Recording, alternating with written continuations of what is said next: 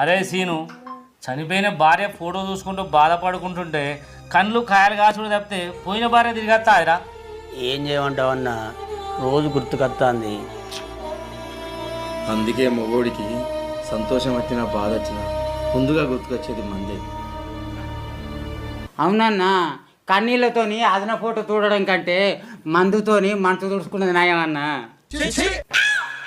మందు తాగానని మీ వదినకు మాట ఇచ్చిండ్రా, వద్దురా. ఇది మందు కాదురా, మానసిక మరి.